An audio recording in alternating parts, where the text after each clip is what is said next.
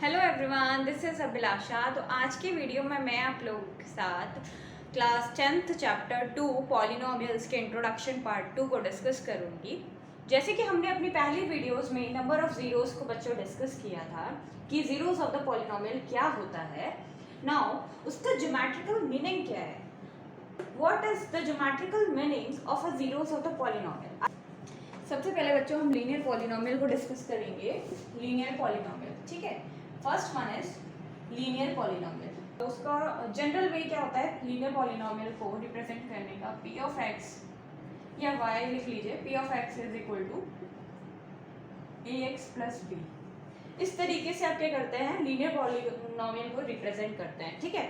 जहाँ की condition satisfy होनी चाहिए, जो ए है means the coefficient of x should not be equal to zero. अगर वो जीरो हो जाएगा बच्चों तो एक कांस्टेंट पॉलिनोमियल में कन्वर्ट हो जाएगा। मीन्स ये कहने का मतलब है कि अगर ए एक्स, अगर मैंने ए को जीरो कर दिया तो ये जो पूरा टर्म है आपका ए एक्स, ये क्या हो जाएगा, कंप्लीट जीरो हो जाएगा। और अगर ये जीरो हो गया तो वो लीनियर पॉलिनोमियल ना रह करके कांस्टेंट पॉलिनोमियल में कन्वर्ट हो जाएगा। तो ये इसकी नेसेसरी कंडीशंस होती हैं। एंड आपको ये पता है कि ए कॉमा बी क्या है, एलिमेंट्स हैं रियल नंबर्स के, ठीक है। क्या होते हैं वो, रियल नंबर्स होते हैं। और बच्चों आप ये क्या कह सकते हैं, जो लीनियर पॉलिनोमियल है वो हमेशा ही आपको एक स्ट्रेट लाइन, मतलब एक स्ट्रेट लाइन ग्राफ देता है, ठीक है। जैसे कि हम डिस्कस करेंगे, हमने क्या किया, आपको ये पता है p ऑफ x मीन्स हमने क्या किया, p ऑफ x को इक्विवेलेट कर दिया जीरो पे, ठीक है। जब हम क्या करेंगे, हमने इसको जीरो के इक्विवेलेट कर दिया तो हमारा जो ये पॉलिनोमियल है a x plus b is equal to zero हो जाएगा, ठीक है। ये जीरो होते ही जो यहाँ पे x की वैल्यू है वो क्या आ जाएगी, माइनस बी अपॉन ए, ठीक है। तो आप ये क्या कह सकते हैं कि जो for the value of x means इस वैल्यू के लिए, ये इस x की वैल्यू के लिए जो आपका गिवन पॉलिनोमियल है वो क्या हो जाएगा, जीरो हो जाएगा। तो ये क्या है आपका root of the polynomial, means ये क्या है, जीरोस ऑफ द पॉलिनोमियल है। तो लीनियर पॉलिनोमियल के केस में आपके पास खाली नंबर ऑफ जीरोस क्या होता है, वन, एक ही होता है। मीन्स ये ऐसा क्या मतलब है इसका, जैसे कि जब भी आप इसे ग्राफ में प्लॉट करेंगे बच्चों तो ये आपको स्ट्रेट लाइन ही देगा, ठीक है। आपने ये एक स्ट्रेट लाइन ग्राफ होता है और एक्स एक्सिस को ये एक ही पॉइंट पे टच करता है, ठीक है। जैसे कि आपको ये दे रखा है, ये वाई एक्सिस वाई, ये एक्स एक्सिस है, ठीक है। ये ग्राफ क्या है, y is equal to a x plus b, ठीक है। ये स्ट्रेट लाइन ग्राफ होता है बच्चों और ये एक्स एक्सिस को एक पॉइंट पे ही टच करता है, सिंगल पॉइंट पे, ठीक है। तो ये होते हैं, जितने बार वो एक्स एक्सिस को टच करता है, ठीक है, जितने बार टच करेगा उतने नंबर ऑफ जीरोस होंगे। जैसे लीनियर पॉलिनोमियल के केस में नंबर ऑफ जीरोस हमेशा आपके क्या होंगे बच्चों, वन। नंबर ऑफ जीरोस कितने होंगे, वन होंगे। तो इस तरीके से आप क्या कर सकते हैं, बता सकते हैं कि लीनियर पॉलिनोमियल के केस में एग्जैक्टली वन जीरो होता है, हैज ओनली वन जीरो, ठीक है। एग्जैक्टली वन जीरो लिख सकते हैं, एग्जैक्टली वन जीरो। एक ही क्या होगा, रूट होगा इसका, एग्जैक्टली वन रूट, एक ही रूट होगा, ठीक है। तो और ये स्ट्रेट लाइन ग्राफ बनाता है, ठीक है। तो इस तरीके से आप बहुत अच्छे से समझ गए होंगे कि ग्राफिकली आप कैसे बता सकते हैं, जितने बार वो टच करेगा एक्स एक्सिस को उतने नंबर ऑफ जीरोस होते हैं। तो लीनियर के केस में आपका सिंगल होता है। सिमिलर वे में आप क्वाड्रेटिक को भी पढ़ेंगे बच्चों। तो क्वाड्रेटिक के केस पॉलिनोमियल को आप रिप्रेजेंट कर सकते हैं जनरल फॉर्म में a x square plus b x plus c, ठीक है, इज इक्वल टू, ये क्या है आपका जनरल फॉर्म है। इस तरीके से आप क्वाड्रेटिक पॉलिनोमियल को क्या कर सकते हैं बच्चों, represent. At most two zeros, इसके क्या होंगे, एट मोस्ट टू जीरोस। ये जो क्वाड्रेटिक पॉलिनोमियल है उसके क्या होंगे, एट मोस्ट टू जीरोस, ठीक है। तो मतलब एट मोस्ट टू का मतलब क्या है, उसकी या तो जीरो जीरो हो सकते हैं, जीरो जो नंबर ऑफ जीरोस हैं वो क्या है, नंबर ऑफ जीरोस में भी या तो एक भी नहीं होगा जीरो, या तो एक होगा या तो दो होगा। इस तरीके से आप क्या करेंगे, क्वाड्रेटिक पॉलिनोमियल को रिप्रेजेंट करेगा। जैसे कि आपने पढ़ा था लीनियर पॉलिनोमियल में इसका ग्राफ जो होता है बच्चों हमेशा क्या बनता है, स्ट्रेट लाइन बनता है। बट क्वाड्रेटिक पॉलिनोमियल के केस में क्या है, इसका जो ग्राफ बनेगा वो हमेशा क्या होगा, पैराबोलिक होगा। पैराबोलिक मीन्स आप यहाँ से समझ सकते हैं, जैसे कि ऐसे दो तरीके से बनता है, अपवर्ड ओपनिंग, ऊपर की तरफ को बच्चों मुंह खुला है तो ये क्या होगा, अपवर्ड ओपनिंग, ठीक है। और सिमिलर वे में अगर मतलब नीचे की तरफ को उसका मुंह है उसका खुला हुआ, तो वो डाउनवर्ड ओपनिंग होता है, ठीक है। अगर जो ये आपका कोफिशिएंट ए है इसकी वैल्यू ग्रेटर देन 0 आती है, मीन्स ये जो कोफिशिएंट ऑफ एक्स स्क्वायर है अगर वो ग्रेटर देन 0 है तो अपवर्ड ओपनिंग ग्राफ बनता है आपका। क्या होता है? अपवर्ड ओपनिंग ग्राफ बनता है, ठीक है, अपवर्ड ओपनिंग ग्राफ, ठीक है, इस तरीके से। एंड अगर उसकी ए की वैल्यू जो कोफिशिएंट ऑफ एक्स स्क्वायर है उसकी वैल्यू 0 से कम आती है तो वो डाउनवर्ड हो जाता है, ठीक है।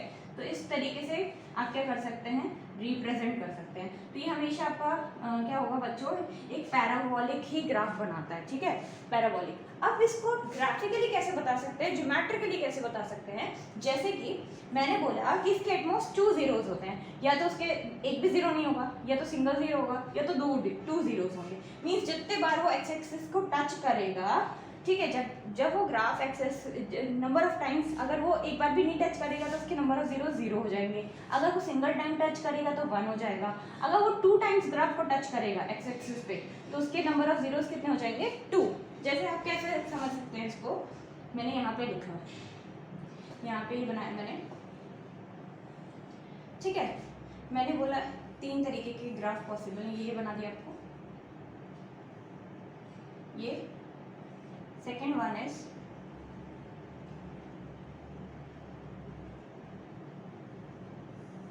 And the third one is, 3 तरीके के बच्चों मैंने ग्राफ बनाए। आप यहाँ पे देख रहे हैं ये एक्स एक्सिस को एक पॉइंट पे भी टच कर रहा है, ये वाई एक्सिस पे टच कर रहा है, ठीक है। एक्स एक्सिस पे क्या है, एक बार भी इसने टच नहीं किया, तो इन दिस केस जो नंबर ऑफ जीरोस है आपके क्या हो जाएंगे बच्चों? 0। मतलब कि आप कैसे रिप्रेजेंट कर सकते हैं ज्योमेट्रिकली कि अगर वो ग्राफ के एक्स एक्सिस पे टच करेगा, जितने बार टच करेगा उतने उसके नंबर ऑफ जीरोस होंगे। तो ये एक बार भी टच नहीं कर रहा है तो इसके कितने नंबर ऑफ जीरोस हो जाएंगे बच्चों? 0, ठीक है, 0। नंबर ऑफ जीरोस क्या है? 0 इस फर्स्ट केस में, ठीक है। सेकंड केस में आप क्या देख सकते हैं, सेकंड केस में वो एक सिंगल पॉइंट पे टच कर रहे हैं, यहाँ पे 1।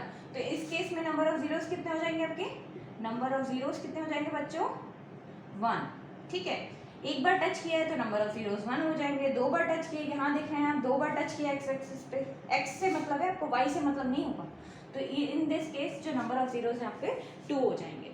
तो इस तरीके से आप क्या करेंगे बच्चों, जो आपके लीनियर क्वाड्रेटिक पॉलिनोमियल्स होते हैं आप ग्राफिकली क्या करते हैं, उन्हें बता सकते हैं ग्राफिकली या ज्योमेट्रिकली बता सकते हैं कि कोई भी गिवन पॉलिनोमियल होगा तो उसके नंबर ऑफ जीरोस कैसे होंगे, ठीक है। नाउ द नेक्स्ट टॉपिक क्या है बच्चों आपका? Relationship between the coefficients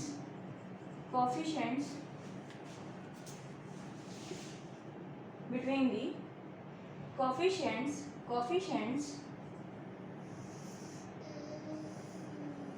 and the number of zeros और उसके बीच में coefficient के बीच में क्या रिलेशन होता है ये आप डिस्कस करेंगे, ठीक है। तो जैसे कि आपको पता है बच्चों, वन बाय वन डिस्कस करेंगे। सबसे पहले हम लीनियर की बात करते हैं, लीनियर पॉलिनोमियल की। First one is linear polynomial, ठीक है। तो लीनियर पॉलिनोमियल से आप क्या समझ सकते हैं बच्चों कि जैसे आपके पास लीनियर पॉलिनोमियल दे रखा है, p of x means polynomial p of x is equal to ax plus b, ठीक है। ये आपके पास क्या है, ये पॉलिनोमियल गिवन है, लीनियर पॉलिनोमियल। मैंने बोला कि for a value of x means, मैंने बोला for a value of x means alpha, मतलब x की value root of is the root of given polynomial, जो गिवन पॉलिनोमियल आपका इसका रूट है, ठीक है बच्चों, इसका रूट है। ये गिवन पॉलिनोमियल का क्या है आपका? रूट है, x की वैल्यू। तो आप ये कह सकते हैं कि x माइनस अल्फा जो होगा आपका फैक्टर होगा, x minus alpha is a factor, is the factor होगा, factor of the given polynomial, ठीक है। इस तरीके से आप बोल सकते हैं।